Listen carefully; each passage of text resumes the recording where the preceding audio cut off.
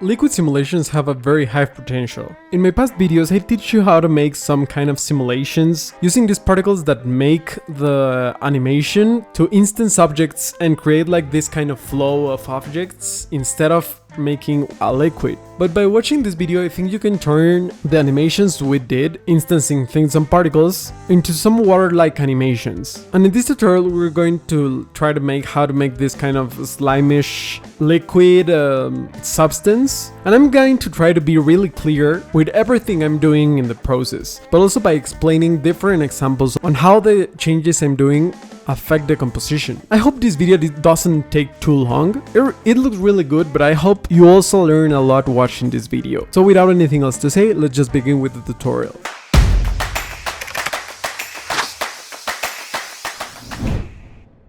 So the first thing we have to do is to delete everything we have right now in the scene and then press Shift A and add a plane right here. We're going to rotate this plane in the x-axis 90 degrees by pressing R, X and then 90, and then press G and Y and move this plane a little bit backwards. Then we're gonna press Shift A and we're gonna add a camera and we're going to go to the front view, something around here, and we're gonna press Ctrl, Alt and numpad 0. And that will put our camera exactly where our viewport is.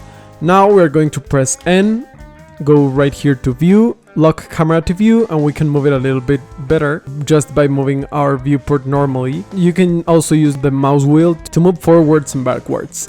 Now press S and scale this plane that you have in the back. And now press Shift A to add a new object, and this will be the sphere we're going to use to move the liquid. So once we have it in the scene, it's way easier to know how our animation will look. So right now we're going to put it in some angle that we like how it's looking. And once that is done, we are going to uncheck this box and press N again in order to close it. And then I'm just going to move a little bit this sphere to a better place, something around here. And now we can go out of the camera. Now we're gonna press Shift A and we're gonna add a light, right here. That is going to be an area light, and we're gonna move it in the Z axis and then G and Y to move it in the Y axis. When we have it right here, we're going to press Shift D and we're gonna then press X to move it a little bit to the left. And then we're going to press G and Y to move it back behind our sphere, and then G and Z in order to move it down. Now we're going to look to the composition from this angle, so that if we press R, our light rotates in this angle and we can make it look towards our sphere, and then press R and Z to put it like that. And now take the other one and move it a little bit to the right by pressing G and then X and do the same thing. And now once we have done this, we're going to press Shift A and we're gonna add a cylinder right here. We're going to move the cylinder a little bit upwards, and then we're going to click into this little sphere that is already in the place we wanted, and we're going to copy this value we have in the X location and we're going to paste it into the cylinder. And then we're going to do the same thing with the Y value, so that our cylinder is exactly above our sphere. If we press 7 in our numpad, we can see that the cylinder is completely over our sphere. So now we're going to select this cylinder and we're going to press S and Z and we're going to make it a little bit shorter. And now for us to have the liquid simulation, we just have to go to Object, Quick Effects and Quick Liquid. And now if we press play, we can see that our animation is already happening in our scene. But before we do anything else, the first thing we have to do is to press, with this domain selected, that is selected automatically once we make the liquid simulation, we're going to press S and Z and move it a little bit and make it a little bit taller, and move it a little bit down by pressing G and Z. And now we are going to go into this little sphere and we are going to open the physics properties and click into fluid, effector and set it into collision. And now we just have to select this domain right here and we're going to go down here and we're gonna press right click and put a vertical split right here, and that will let us put a new window in some place in our scene, and I'm going to put it in this side.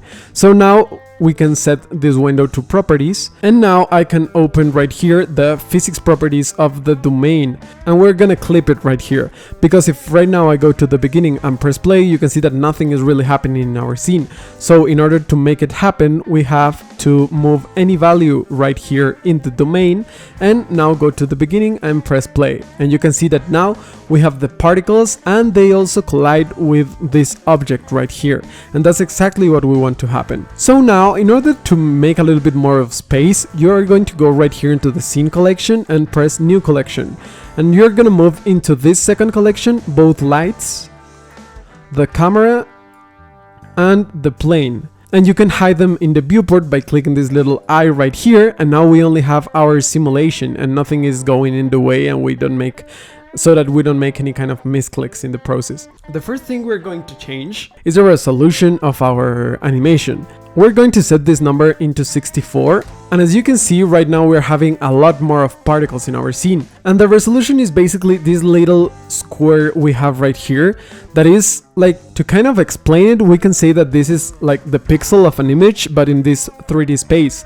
It's like the resolution we're going to have inside our domain, and the same as in images, the more resolution we have, the better our simulation will look, but it will also get heavier. But so for this simulation, having a resolution of 64 is more than enough. Now, in order to make this liquid a little bit more slimish, like the one we had at the beginning, we have to go down here and we have two options, the viscosity value and the diffusion value. Maybe you can think that the viscosity is the one we're going to use because it actually could be, but applying viscosity into any liquid in Blender gets the scene really heavy. So we are going to do it with the diffusion values to avoid your program from crashing in case you don't have a very powerful computer. So we're going to click right here. For this animation, we're going to set this value to 10 and then the exponent to 10. Right now we have the maximum diffusion possible in this little program. If the value we have right here is lower, our liquid will get a little bit more sticky and slimish. But if we put a high value right here, we're going to get some kind of more water-like liquid. But before we go to the beginning and press play right here, we have to go right here where it says cache, change this type to all. Because since we said these simulations are kind of heavy, we have to bake the simulation before we press play so we prevent the program from crashing. So now we're going to click bake all and wait for your computer to do the work. Now if we press play at the beginning, we can see that our animation is happening, but it's happening way too fast. Even if we took these photograms and in another program made a slow cam effect, it wouldn't work because we have big jumps between each frame's position and the next one. So we're going to click right here in free all and we're going to go right here into the time scale. And for this animation I used a 0.1 time scale, and that will make the animation go a lot slower. The animation goes faster as this time scale value goes up. So now we're going to go back here and then click bake all again and wait for the computer a little bit. And now if we go to the beginning and move forward, we can see that we have a way more clean movement in our mesh. So now we're going to free the data again. Like a week ago I uploaded a video in which we instanced objects into the particles, but right now we want it to look like a liquid. So in order to do that, you have to click right here where it says mesh. And then we're going to leave this uprest factor and particle radius just as they are right now. Depending on the size of the values we have right here, we're going to get more subdivisions in our mesh, and maybe you could think that that will make it look a little bit smoother, but in this case, as you can see right now, when we have more subdivisions, the mesh is more precise, and since we have like little spheres inside, it creates a lot of noise in our simulation, so we're going to leave it in 2 for now. And now we're going to go down right here and press bake all again. So once the bake is done, we can see that we have something right here, and now if we go into the solid view, we can see that it's like a mesh that we have right here. We can press play right here and we can see that our slime is moving down and then it's getting in slow cam and then gets all over our sphere. And right now our sphere is getting completely covered with this slime, and then we're getting this spreading effect on the floor. And I think I actually like it a lot, so I'm going to leave it like this for now. in this animation. So once your simulation is ready, as I said, I'm going to use this one that has this flowing in the floor. So I just added a new plane right here and put it right where our simulation ends. And that's all the changes I've made. So we're going to go into the render view now. And as you can see, the lights are not strong enough, and this light is inside the plane we added in the floor. In case you want to make the same scene, I recommend you to move it a little bit backwards by pressing G and then Shift Set. And now you can move it in the same height but a little bit to the back. And now rotate it so that it also hits your sphere right here. We have to adjust the intensity of these lights. And why did we do this at the end? That's because we don't know exactly the size that they are going to have at the end. So right now we're going to change the power of our lights right here from the object data properties. And then bring this light a little bit up. Let's put something like 500 right here. And now in the second light we're going to have a stronger light, so we're going to set it to something like 1000. And now our scene is light up. And I recommend you also scale this one a little bit up so that you get some kind of smoother shadows in the scene. And now we're going to go into the render properties and change the renders engine to cycles. And now we can see that this thing looks like water actually. So we're going to change the device into GPU, and we're going to change the render's max samples into something lower, like 200, because we're not going to be using more than that for this animation. And now we're going to go into the shading viewport, and we're going to make some space by dragging from these corners, and then select first the liquid simulation. And you can see that you already have two nodes right here. This one is that basically gives your liquid this glass texture. And you can control a little bit the roughness right here.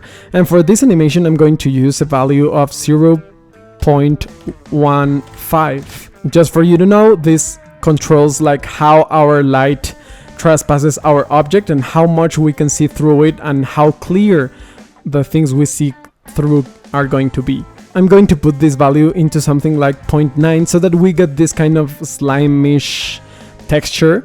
And we can change the color of the slime just by changing the color right here. But there's something nicer we can do, that is changing this volume absorption. And we're going to set this really slightly into the orange and red colors. And we're going to bring the density a little bit higher. What this is doing is that where we will have more liquid, or that we're looking through more liquid from the camera, we're going to get this kind of orangish color.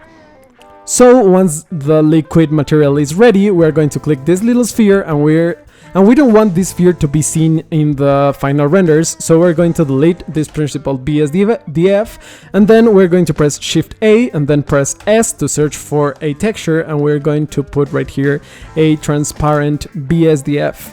And we're gonna plug this transparent BSDF into the surface. And now you can see that our sphere is gone. We're going to apply the same material into the cylinder. That is this one that is invisible. So now we're going to click in one of the planes we have in the back, or in case you only have one, in the one you have in the back, and add a new material right here, and we're gonna set this one into orange.